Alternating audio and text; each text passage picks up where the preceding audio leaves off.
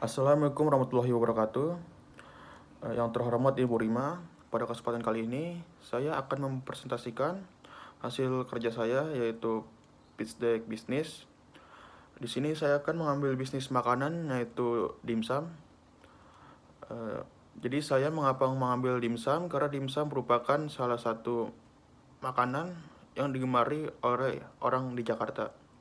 Nah, di sini saya akan menamai bisnis saya yaitu bernama Raja Dimsum. Nah, dalam membangun bisnis ini, saya tidak bekerja sendirian. Saya dibantu oleh ketiga teman saya. Sebelumnya saya akan mengenalkan saya dan tim saya dulu. Yang di posisi paling kiri ada saya sendiri, yaitu Wandriansa Febrito. Di sini saya sebagai tim leader sekaligus founder. Background saya itu S1 Manajemen Universitas Mercu Buana. Di sini saya bertugas untuk mengelola keuangan dan pengarah tim sekaligus pengawas berjalannya suatu bisnis. Untuk yang kedua yaitu ada Chantiki Syawalia. Di sini Chantiki berposisi sebagai Human Resource Development atau sumber daya manusia.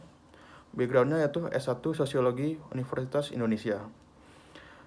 Dia bertugas sebagai pengembang kinerja dari sumber daya manusia tersebut.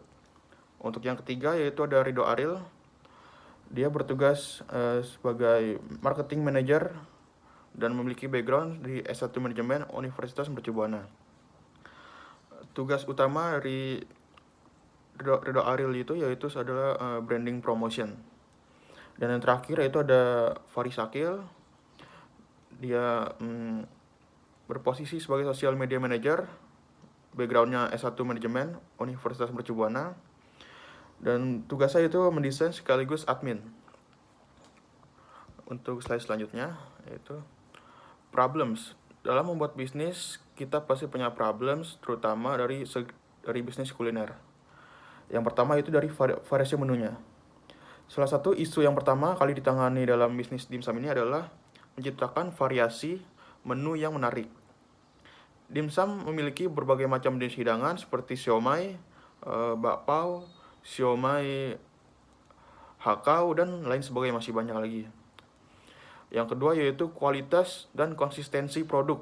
Nah, dalam menjalankan bisnis, ini salah satu hal yang penting.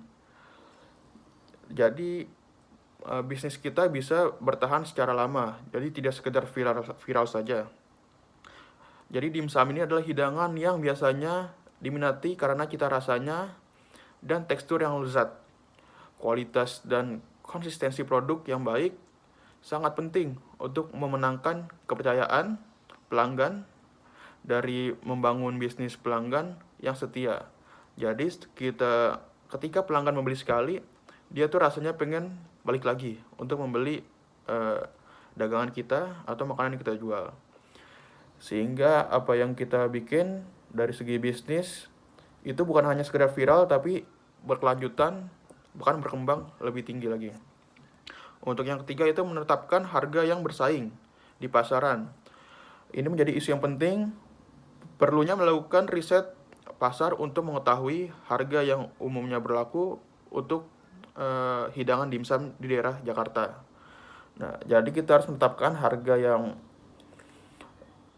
yang murah tapi nggak murahan. Jadi mungkin bisa dibilang affordable. Jadi worth it, jadi tidak kemurahan, jadi sehingga orang tidak percaya dengan kualitas tersebut. Jadi harganya nggak kemahalan dan sekaligus nggak kemurahan. Semua kalangan bisa menjangkau dan bisa menikmati hidangan yang kami sajikan, yaitu berupa dimsum. Sehingga dimsum ini bukan hanya untuk kalangan atas saja, tapi untuk kalangan menengah dan bawah itu pun bisa menikmati kenikmatan dari rasa dimsum tersebut. Yang ketiga nih solution, ini yang feature A ini saya akan plan saya untuk apabila suatu bisnis terjadi, ini mungkin yang akan saya buat hidangannya, yaitu berupa ada dimsum, hakau, ada bakpao juga tuh, ada somai. Nah, di feature B ini ada dimsum wortel. Nih, jadi buat orang yang kan ada orang yang nggak mau dimsum udang atau dimsum ayam, ikan gitu tuh. Ada yang dimsum vegetarian. Jadi dimsum ini bisa merangkul bukan hanya orang yang makan ini aja yang bebas, tapi untuk vegetarian, vegan juga bisa makan dimsum yang kami jual ini. Selanjutnya target customer. Dari Raja Dimsum ini kami membagi 5 bagian lah ya dari target customer, yang terdiri dari yang pertama yaitu ada ini yang paling banyak yaitu penggemar makanan Asia sebesar 30%. Yang kedua ada mahasiswa 30% juga. Habis itu masyarakat lokal atau masyarakat sekitar sebesar 20%. Sisanya ini ada keluarga dan teman 10%, pegawai kantor 10%. Mengapa mahasiswa di diagram kami ini 30%? Karena kami membuka outletnya ini di daerah kuliahan. Jadi banyak sekali lalu lalang mahasiswa yang beraktivitas di sekitar kami jualan. Nah, lalu mengapa ada penggemar makanan Asia? Sebenarnya ini sangat beririsan kepada keempatnya nih. Jadi penggemar makanan Asia ini sangat beririsan dengan mahasiswa, dengan keluarga dan teman, habis itu pegawai kantor dan masyarakat lokal. Jadi apabila ada mahasiswa yang sekaligus penggemar makanan Asia, maka kita masukkan ke diagram penggemar makanan Asia. Jadi mahasiswa yang 30% ini pure mahasiswa yang general dan mungkin tidak terlalu spesifik dia suka banget sama dimsum gitu. Nah, lalu di samping sini ada kolom chart, yaitu terdiri dari jumlah targetnya yang kita rata-ratanya per bulan sekitar 250 orang, terdiri dari penggemar makanan Asia sebesar 75 orang, masyarakat lokal sebesar 50 orang, mahasiswa sebesar 75 orang, keluarga dan teman sebesar 25 orang, pegawai kantor sebesar 25 orang juga. Nah, jadi kedua chart ini sangat berbeda. Yang pertama, yang pie chart ini mengorientasi pada persentase, dan yang kolom chart ini berorientasi pada jumlah rata-rata pelanggan Raja Dimsum per harinya. Selanjutnya market sizing, yaitu kita ada 4 metode. Yang pertama itu adalah potensi ketersediaan pasar PAM, yang kedua total permintaan pasar atau disebut TAM, yang ketiga pasar tersedia dapat dilayani yaitu SAM, dan yang keempat pasar terjangkau dapat dilayani atau SOM.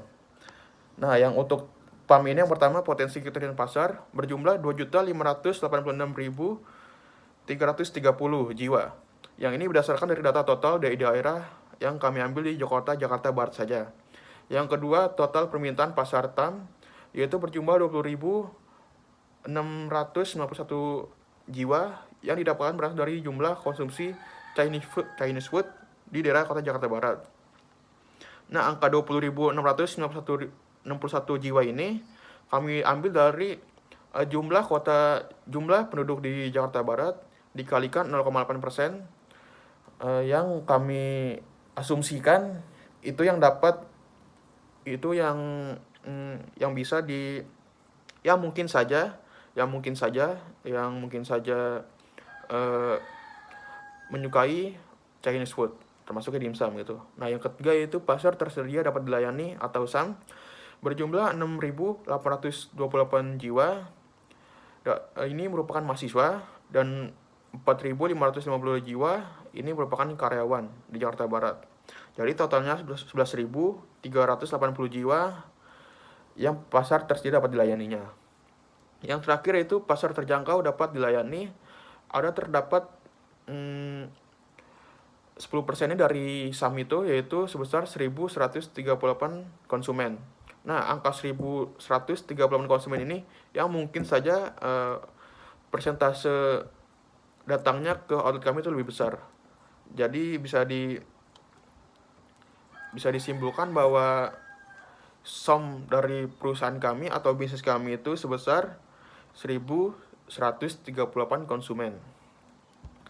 Selanjutnya yaitu market sizing, kompetitor dan positioning. Nah, ini bisa dibilang asumsi ya, karena untuk data yang lebih jelas lagi mengenai perusahaan dimsum lain itu tidak ada yang akurat. Jadi di sini saya berasumsi bahwa posisi Raja Dimsum ini berada di untuk range harga yang affordable, jadi tidak yang ekspensif seperti dimsum kelas atas. Jadi dia nih affordable tapi tidak terlalu affordable. Affordable tapi tidak murahan. Jadi yang masih bisa dijangkau kalangan bawah, tapi kalangan atas pun tidak merasa curiga dengan apa yang kita jual ini gitu. Dari segi naturality-nya juga lebih natural, kita menjuruskan natural. Nah, untuk kompetitor lain seperti yang udah besar-besar seperti Wing Hang, habis itu ada Din Tai Fung, Sang Palace yang ada di Ayana Hotel, itu dia lebih ke ekspensif karena dia lebih ke otentik dimsum.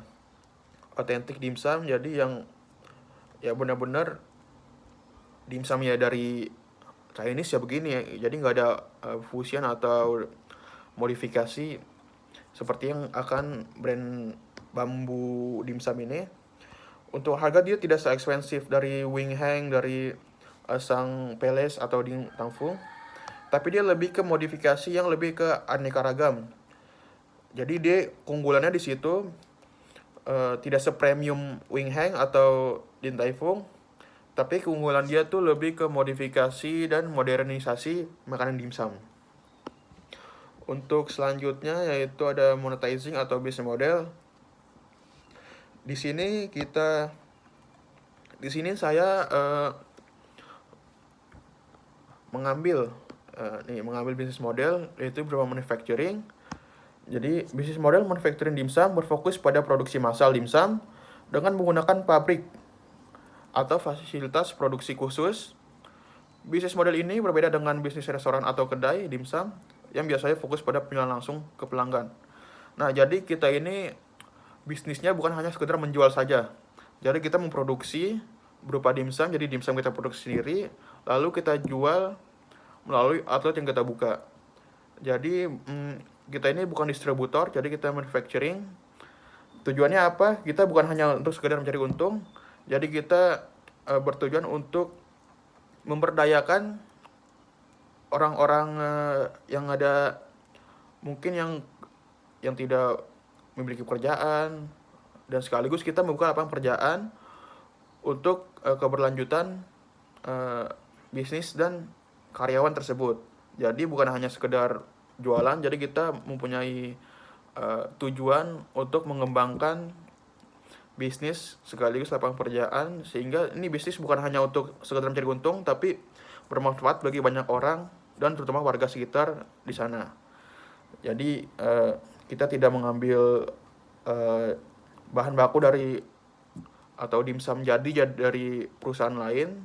Jadi kita membuat pure sendiri, mulai dari kita ada alat produksinya, mulai dari teknik pengerjaannya, semuanya kita lakukan sendiri sehingga mendapatkan hasil dimsum yang kita inginkan dan sekaligus berkualitas yang baik. Yang kedua yaitu ada break and clicks. Nah, dalam bisnis dimsum, bisnis model break and clicks ini, dimsum akan mencakup operasi toko fisik atau gerai, serta memiliki kehadiran online melalui situs web atau aplikasi untuk pemesanan dan pengiriman. Jadi kita bukan hanya sekedar outlet saja. Oke, mungkin kita ada pabrik, outlet, tapi kita juga ada online-nya. Jadi bukan sekedar online, bukan sekedar offline aja. Jadi untuk orang-orang nih yang misalnya rumahnya jauh, pengen makan dimsum dari kita, jadi dia bisa online food kayak Gojek, Grab, atau lain-lainnya. Karena selain kita menyediakan dimsum yang jadi, kita juga menyediakan dimsum yang mentah, yang frozen. Jadi untuk orang yang pengen dari luar kota bisa, makanya dari target customer-nya bukan hanya Jakarta Barat saja sebenarnya, tapi bisa dari seluruh Indonesia. Tapi untuk awal ini kita fokuskan untuk daerah Jakarta Barat dulu. Jadi buat teman-teman yang pengen beli dimsum ini melalui bertempat tinggal di Jakarta, di luar Jakarta, mungkin bisa menggunakan sistem online yang kita buat nantinya itu. Mulai dari bisa ada di Shopee, di Tokopedia atau di Instagram lah. Selanjutnya ada milestone. Nah, di sini kita membuat timeline selama 1 tahun. Jadi bulan 1, bulan pertama sampai bulan ketiga kita melakukan perencanaan dan persiapan. Mengapa lama? Karena ini bukan bisnis yang kecil ya. Jadi ini menurut saya nih bisnis udah yang besar. Jadi kita membutuhkan perencanaan sekaligus persiapan yang matang sehingga kita tidak terlalu terburu-buru sehingga mendapatkan hasil yang kurang maksimal. Jadi mulai dari perencanaan, persiapan, dan pemikiran ide, brainstorming itu selama bulan pertama sampai bulan ketiga. Selanjutnya yaitu ada eksekusi. Nah, peluncuran dan pertumbuhan. Jadi setelah kita melakukan perencanaan dan persiapan di bulan keempat sampai ke bulan 9 ini ada peluncuran.